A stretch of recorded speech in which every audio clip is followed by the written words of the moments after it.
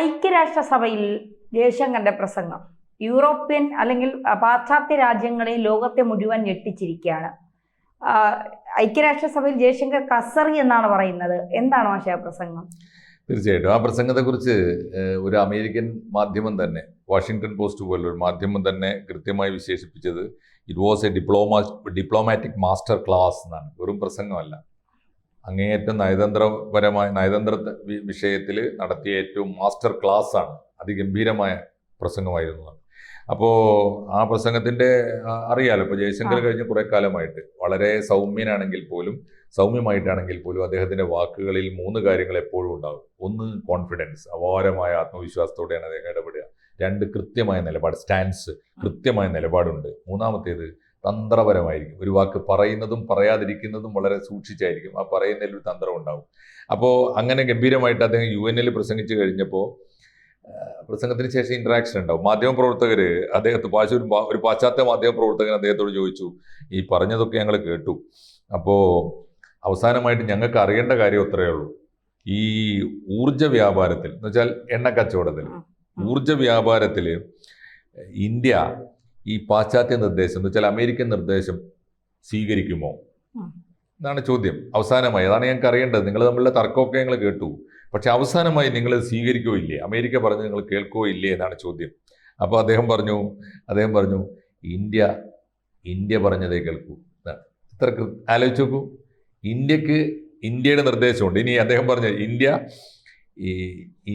ഇന്ത്യക്ക് വേണ്ടി ഇന്ത്യയുടെ വഴി ഇന്ത്യ തന്നെ തിരഞ്ഞെടുക്കും, ഇന്ത്യ എന്ത് ചെയ്യണമെന്ന് എൻ്റെ രാജ്യം എന്നോട് പറയും, ഞങ്ങൾ അങ്ങനെ നിർവഹിക്കുന്നതാണ്. അപ്പോൾ സ്വാഭാവികമായിട്ടും പാശ്ചാത്യ മാധ്യമങ്ങൾക്ക് ഉണ്ടാകുന്ന ഒരു തമാശയുണ്ടല്ലോ. അപ്പോൾ നിങ്ങൾ ഇനി ആരുടെയും നിർദ്ദേശങ്ങൾ സ്വീകരിക്കാൻ പോകുന്നില്ല? അദ്ദേഹം പറഞ്ഞു നോ. അദ്ദേഹം പറഞ്ഞത് അടുത്ത വാക്ക് ഇതാണ്, India is ready to lead India is ready to lead but not to follow anybody. അതാണ്, ഞങ്ങൾ ഇനി നയിക്കുകയുള്ളൂ, ഞങ്ങൾ ആരെയും പിന്തുടരുകയില്ല. ഗംഭീരമായ പ്രഖ്യാപനമാണ്, ആലോചിച്ച് നോക്കൂ. അപ്പോൾ ഇന്ത്യ ആരുടെയെങ്കിലുമൊക്കെ കൂടെ നിൽക്കും, എന്നിട്ട് ആരുടെയെങ്കിലുമൊക്കെ കാൽപ്പാടുകൾ പിന്തുടർന്ന് ഇങ്ങനെ അന്ധമായി പോയിക്കോളും. അത് അമേരിക്കയാവാം, അല്ലെങ്കിൽ സോവിയറ്റ് യൂണിയൻ ആവാം, അല്ലെങ്കിൽ ഈവൻ എല്ലാവർക്കും, ഇപ്പോൾ ചൈനയെ ഞങ്ങൾ പിന്തുടരും എന്നൊക്കെ വിചാരിക്കുന്ന മാധ്യമ ലോകത്തിൻ്റെ മുമ്പിലാണ് അദ്ദേഹം പറയുന്നത് India is ready to lead. India ലോകത്തെ നയിക്കാൻ തയ്യാറാണ്, പക്ഷെ ആരുടെയും കാൽപ്പാടുകൾ പിന്തുടരാനും ഫോളോ ചെയ്യാനും ഞങ്ങൾ തയ്യാറല്ല. അതുകൊണ്ടാണ് ആ പ്രസംഗത്തെക്കുറിച്ച് പറഞ്ഞത്. അപാരമായ കോൺഫിഡൻസ് ഉണ്ടായിരുന്നു അദ്ദേഹത്തിന്, കൃത്യമായ നിലപാടുണ്ടായിരുന്നു.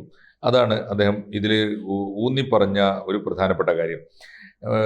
വേറൊന്നല്ല, അദ്ദേഹം പറഞ്ഞത് എന്താ വെച്ചാൽ, നിങ്ങൾ എന്നാലും ആഗോളവേദിയിൽ നിന്ന് നിങ്ങൾക്ക് നേരെ ഉയരുന്ന നിർദ്ദേശങ്ങളും ഉപദേശങ്ങളും ഒക്കെ നിങ്ങൾക്ക് എന്താ കേട്ടാൽ എന്ന് അദ്ദേഹം ചോദിക്കുന്നു. We don't have time to hear all these things ആണ് അദ്ദേഹം പറഞ്ഞത്. എന്നുവെച്ചാൽ ഞങ്ങൾക്കിതൊന്നും കേൾക്കാൻ നേരമില്ല, ഞങ്ങൾക്ക് പണിയുണ്ട്. ഞങ്ങളെ രാജ്യത്തെ അതിവേഗത്തിൽ മുന്നോട്ട് നയിച്ചുകൊണ്ടിരിക്കുകയാണ്. അപ്പോൾ ലോകരാജ്യങ്ങളുടെ മുൻപന്തിയിലേക്ക്, ലോകരാജ്യങ്ങളോടൊപ്പം ഞങ്ങൾ കഷ്ടപ്പെട്ട് ഞങ്ങളെ രാജ്യത്തെ പടുത്തുയർത്തുന്ന തിരക്കിൽ we don't have time to listen all these things എന്നാണ്. എന്ന് വെച്ചാൽ വേണ്ടാത്തൊന്നും കേൾക്കാൻ ഞങ്ങൾക്ക് നേരമില്ല, അതുകൊണ്ട് പറയേണ്ടവർ അവരെ അങ്ങനെ പറഞ്ഞുകൊള്ളട്ടെ. ഇന്ത്യ അത് ചെയ്യണം, ഇന്ത്യ ഇത് ചെയ്യണം, ഇന്ത്യ ചെയ്തില്ലെങ്കിൽ അങ്ങനെയാക്കും ഇങ്ങനെയൊക്കെ എന്നൊക്കെ പറഞ്ഞ് ഭീഷണിപ്പെടുത്തുന്നുണ്ടല്ലോ. അങ്ങനെ പെടുത്തുന്നവരങ്ങനെ പറഞ്ഞുകൊള്ളട്ടെ, അവർക്ക് പറയാൻ മാത്രമേ ഉണ്ടാവൂ, ഞങ്ങൾക്ക് ചെയ്യാൻ പണിയുണ്ട്. അത് ഗംഭീരമായ പ്രസംഗമായിരുന്നു എന്നാണ് പറയുന്നത്. അതുകൊണ്ട് അടുത്ത ചോദ്യം, നിങ്ങളെക്കുറിച്ച് ഞങ്ങൾ കേട്ടത് നിങ്ങൾ ഇപ്പോഴും ആരുടെയൊക്കെയോ ജൂനിയർ പാർട്ട്ണർ ആണെന്നല്ലോ എന്നാണ്. അപ്പോൾ അദ്ദേഹം അതിനെ എപ്പോഴും പറയുന്നൊരു ആൻസർ പറഞ്ഞു, നിങ്ങൾ എന്നും കേട്ടത് തെറ്റാണ്, ഇനി ശരിയായിട്ട് കേൾക്കൂ. നിങ്ങൾ കേട്ടതൊക്കെ തെറ്റാണ്, ശരിയായിട്ട് കേൾക്കൂ. ഞങ്ങൾ ഗ്ലോബൽ പാർട്ട്ണറാണ്, ജൂനിയർ പാർട്ട്ണർ അല്ല. ലോകത്തിലെ ഏത് രാജ്യത്തോടും ഞങ്ങൾ ഈക്വലായിട്ട് പാർട്ട്ണറാണ്, പങ്കാളിയാണ്, പക്ഷേ ജൂനിയർ അല്ല. ആരുടെയെങ്കിലും താഴെ നിൽക്കുന്ന ജൂനിയറോ അല്ല. ഞങ്ങൾ ആർക്കും സീനിയർ ആവാനും പോകുന്നില്ല, ഗ്ലോബൽ പാർട്ട്ണറാണ്. അതാണ് ഒരു രണ്ടാമത്തെ ആൻസർ. അപ്പോൾ നിങ്ങളിങ്ങനെ ലോകത്തെ നയിക്കാൻ തുടങ്ങിയാൽ നിങ്ങൾക്ക് അനുയായികൾ ആരാണ്? നിങ്ങൾക്ക് അനുയായികൾ ആരാണ്? ഇപ്പോൾ ഈ മുതലാളി അമേരിക്കൻ ലോകം നിങ്ങളെ അംഗീകരിക്കുമോ? യൂറോപ്യൻ ലോകം നിങ്ങളെ അംഗീകരിക്കുമോ? അപ്പോൾ അദ്ദേഹം പറഞ്ഞ ആൻസർ, പ്രിയപ്പെട്ട സുഹൃത്തെ, വേറെയും ലോകമുണ്ട്, ലോകം ഇത്ര ചെറുതാണെന്ന് വിചാരിക്കരുത്.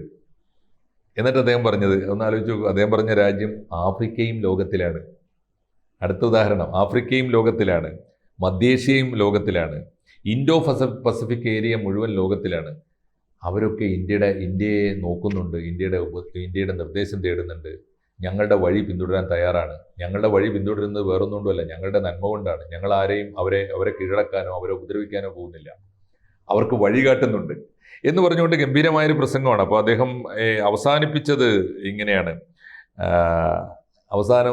അദ്ദേഹത്തിന് ആ പ്രസംഗം അവസാനിക്കുന്നത് ഇങ്ങനെയാണ്. അദ്ദേഹം പറയുന്നത്, global leadership is to be attained, not to be suggested.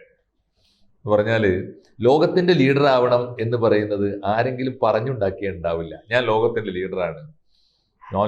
ലീഡറാണ്, എന്നെ എല്ലാവരും അനുസരിക്കും, ഞാനാണ്. കൃത്യമാണ്. അദ്ദേഹം പറയുന്നത് ഇങ്ങനെയാണ്, global leadership is to be attained, അത് നേടിയെടുക്കാനുള്ളതാണ്. ലീഡർഷിപ്പ് ആരാ നമുക്ക് തരേണ്ടത്? നീ എൻ്റെ ലീഡറാണെന്ന് ആരാ പറയേണ്ടത്? മറ്റുള്ളവർ പറയണം. അപ്പോൾ ലോകത്തിന് ഞങ്ങൾക്ക് അത്തരം പ്രതീക്ഷ തരാനും ഞങ്ങളെ പിന്തുടരാനും ഞങ്ങളെ പിന്തുണക്കാനും ലോകത്ത് ഒരുപാട് രാജ്യങ്ങളുണ്ട്. നിങ്ങളുണ്ടാവണമെന്ന് യാതൊരു നിർബന്ധവുമില്ല. അതുകൊണ്ട് ഞങ്ങൾക്ക് അങ്ങനെ നേതൃത്വം കൽപ്പിച്ചു തരാൻ, നേതൃത്വത്തിൻ്റെ പദവി തരാൻ ആളുണ്ട്. അത് അങ്ങനെ നേടേണ്ടതാണ് ലീഡർഷിപ്പ്. അല്ലാതെ ആരെങ്കിലും പറഞ്ഞ് ഉപദേശിച്ച് ഞാനാണ് ലീഡർ എന്ന് പറഞ്ഞാൽ ആളുകൾ അനുസരിക്കാൻ പോകുന്നില്ല. അത് കൃത്യമായിട്ട് അമേരിക്കക്ക് വലിയ വലിയ തരത്തിലുള്ള പാഠങ്ങളാണ്. അതുകൊണ്ട് ഈ ലോകത്തിൽ ഇത്തരത്തിലുള്ള വ്യാപാര കരാറുകൾ, അതുപോലെ കാലാവസ്ഥാ കരാറുകൾ, ഇതൊന്നും ആരെങ്കിലും നടത്തുന്ന പ്രഭാഷണങ്ങൾ ഞങ്ങൾക്ക് ആവശ്യമില്ല. ഞങ്ങൾക്ക് ഞങ്ങളുടെ ആക്ഷൻ പ്ലാൻ ഉണ്ട്, ഞങ്ങളുടെ നയമുണ്ട്, പരിപാടിയുണ്ട്, വെളിച്ചമുണ്ട്. അപ്പോൾ അടുത്ത പത്രക്കാരുടെ അടുത്ത ചോദ്യമാണ്. അദ്ദേഹം ഇത് പറഞ്ഞപ്പോൾ ഗലോബൽ ലീഡർഷിപ്പ് ലോകത്തിൻ്റെ നേതൃത്വം നേടിയെടുക്കാനുള്ളതാണ്, അതാരെങ്കിലും വാക്കുകൾ കൊണ്ട് പറഞ്ഞു നേടേണ്ടതല്ല എന്ന് പറഞ്ഞപ്പോൾ ഗംഭീരമായ കരഘോഷം കിട്ടിയെന്നാണ്. കടുത്ത നിശബ്ദതയ്ക്ക് ശേഷം ഉയർന്ന വലിയ തോതിൽ കയ്യടി കിട്ടി എന്നാണ്. അപ്പോൾ അദ്ദേഹം പിരിയുന്നതിന് മുമ്പ്, പത്രസമ്മേളനം അവസാനിപ്പിക്കുന്നതിന് മുമ്പ് അദ്ദേഹത്തിന് നേരെ വന്ന ചോദ്യം, അല്ല, ഇതൊരു പുതിയ ലോകക്രമത്തിൻ്റെ തുടക്കമാണോ? അപ്പോഴും പറഞ്ഞു അദ്ദേഹം, പുതിയ ലോകം എന്നോ തുടങ്ങിക്കഴിഞ്ഞു, നിങ്ങളതറിയാതെ പോയതാണ്. അടുത്ത ചോദ്യം എന്താണെന്ന് വെച്ചാൽ, അപ്പോൾ നിങ്ങൾ ഇന്ത്യയുടെ ഒരു പുതിയ സ്വാതന്ത്ര്യ പ്രഖ്യാപനമാണോ നടത്തുന്നത് എന്ന ചോദ്യത്തിന് അദ്ദേഹം പറഞ്ഞു, നിങ്ങളെക്കാൾ മുമ്പേ സ്വതന്ത്രമാണല്ലോ ഞങ്ങൾ. ഈ ഉരുളക്ക് ഉപ്പേരി എന്ന് പറയില്ലേ, അങ്ങനെ കൃത്യമായ ഒരു ഗംഭീരമായ പ്രഭാഷണത്തോടെയാണ് ഐക്യരാഷ്ട്രസഭയിൽ നിന്ന് ഒരു പുതിയ സ്റ്റാർ വാല്യൂയോട് കൂടിയാണ്, പുതിയ താരമൂല്യത്തോടു കൂടിയാണ് ജയശങ്കർ പോകുന്നത് എന്ന് പറയുന്നത്. എനിക്ക് തോന്നുന്നു ജയശങ്കർ ഈ ഒരു പടയോട്ടം, അല്ലേ, ഒരു വല്ലാത്ത ഉജ്ജ്വലമായൊരു മുന്നേറ്റം തുടങ്ങിയിട്ട് കുറച്ച് കാലമായി. അതിൻ്റെ ഏറ്റവും പ്രധാനപ്പെട്ട സൂചനയാണ് ആ പ്രസംഗത്തെക്കുറിച്ച് 3 വാക്കുകൾ കൊണ്ടാണ് ലോകമാധ്യമങ്ങൾ വിശേഷിപ്പിച്ചത്: ശാന്തം, ശക്തം, തന്ത്രപരം. പരമശാന്തമായിരുന്നു, ഒരു പ്രൊവോക്കേഷൻ ഉണ്ടായില്ല, ആരെയും പ്രകോപിപ്പിച്ചില്ല, വളരെ ശാന്തമായിട്ടാണ് മറുപടി പറഞ്ഞത്. എന്നാൽ ശക്തമായിരുന്നു വാക്കുകൾ. 3 വളരെ തന്ത്രപരമായിരുന്നു.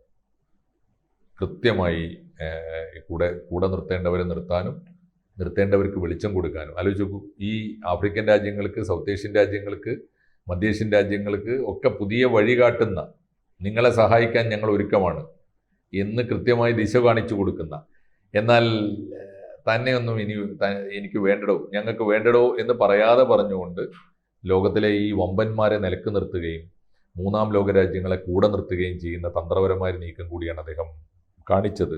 അതിമനോഹരമായിരുന്നു, അത്യന്തം ഗംഭീരമായിരുന്നു എന്ന് പറഞ്ഞുകൊണ്ടാണ് അദ്ദേഹത്തിന് ഐക്യരാഷ്ട്രസഭയിലെ നിറഞ്ഞ സദസ്സ് കയ്യടി കൊടുത്തത്. ലോകത്തിൻ്റെ ഒരു പരിച്ഛേദമായിരുന്നു അത്. ആ കയ്യടി ഇന്ത്യക്കാർക്കുള്ളതാണ്. ഇന്ത്യക്കാർ തിരിച്ചും ജയശങ്കർ സാറിന് ആ കയ്യടി കൊടുക്കാം.